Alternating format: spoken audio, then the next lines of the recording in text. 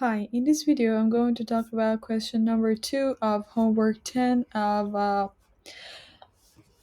probability and a stochastic processes course. In this question we want to talk about some definition and concepts in the area of stochastic processes. The first one is wide sense stationary process. The wide sense stationary process is a real stochastic process, for example x of t, that its expected value is a constant and its autocorrelation depends on the t1 minus t2 that we call tau. So at the expected value of x of t is a constant and the expected value of x of t plus tau and x of t is equal to our tau, which is a function of t1 minus t2. Okay. In the second part, we want to talk about independent increment process. So, what does that mean?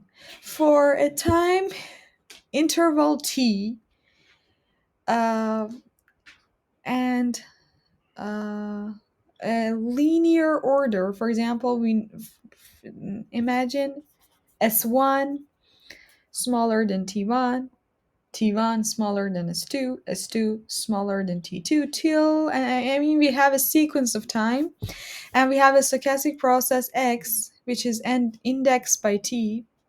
We say that we have independent increments if for times s1, t1, s2 till td, the random variables x of t1 minus x of s1 till x of td minus um, x of st, these are independent from each other. So we have a sequence of times and different time ranges that don't have any overlaps.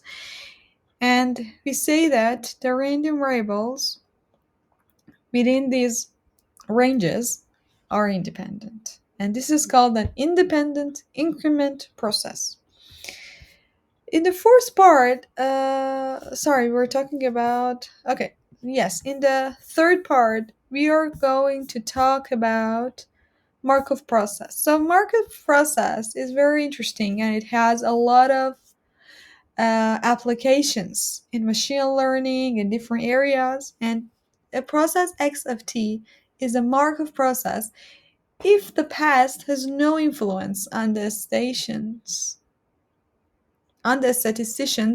of the future under the condition that the present is known. So if T2 is known, we can talk about T1 and we don't need to know anything about T3, T4 till Tn. So the probability, so if we want to rate it mathematically, we say that the probability of x of T1 smaller than x1 given x of t2 equal to x2, x of t3 equal to x3 till x of tn equals to xn is equal to the probability of x of t1 smaller than x1 given x of t2 equals to x2. So we just need to know the present moment and we don't need to know the past, and this makes the joint distribution much simpler, as you can see. Okay. And it's very important that the Markov process is statistically determined if one knows its second order distribution function. Okay, in the fourth part, we want to talk about normal process. A process x of t is said to be normal if the random variables x of t1, x of t2 till x of tn are jointly normal for any n and any t1, t2 till tn.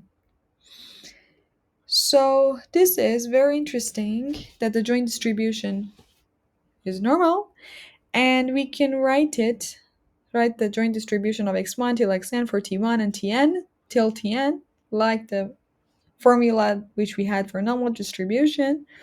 And C is a matrix, which is the auto covariance matrix. It is symmetric, it is positive definite, and it is calculated like this.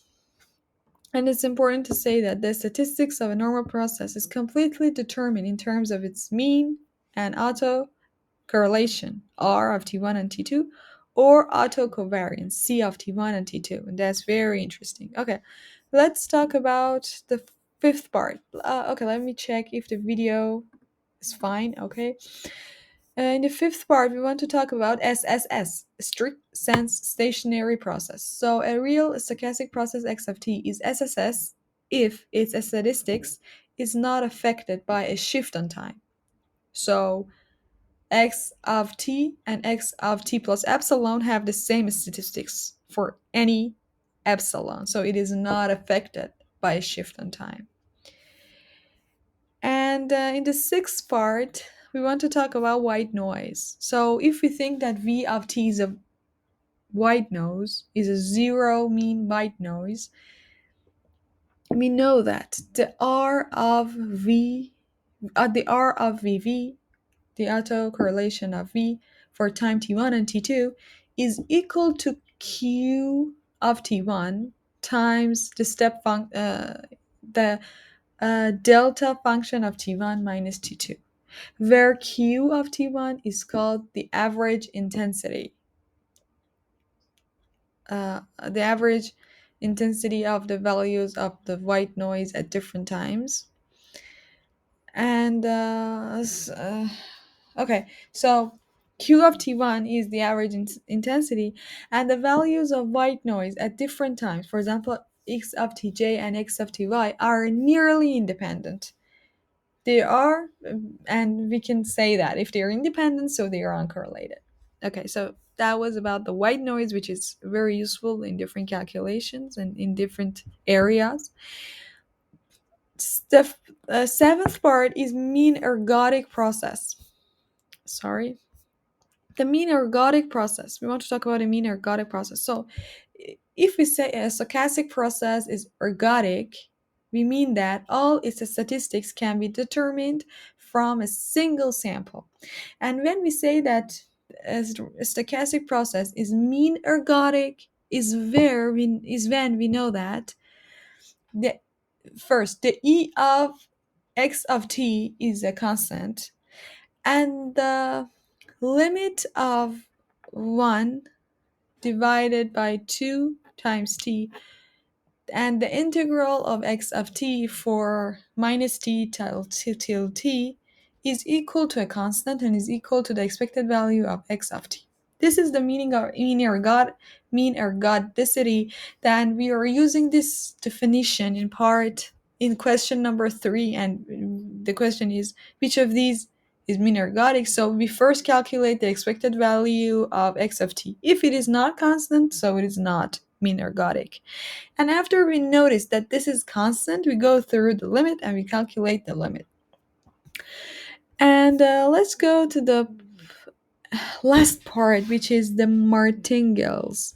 The martingales means if a stochastic process in martingale uh, for at a specific at the particular time, the conditional expectation of the next value in the sequence is equal to the present value, regardless of all prior values. So, for example, for a discrete time stochastic process, we can write that the expected value of x for the x of n plus 1 given all the previous values is equal to the x of n.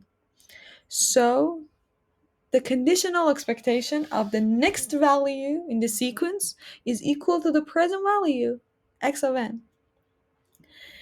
And this was question number 2. And thank you so much for listening to me.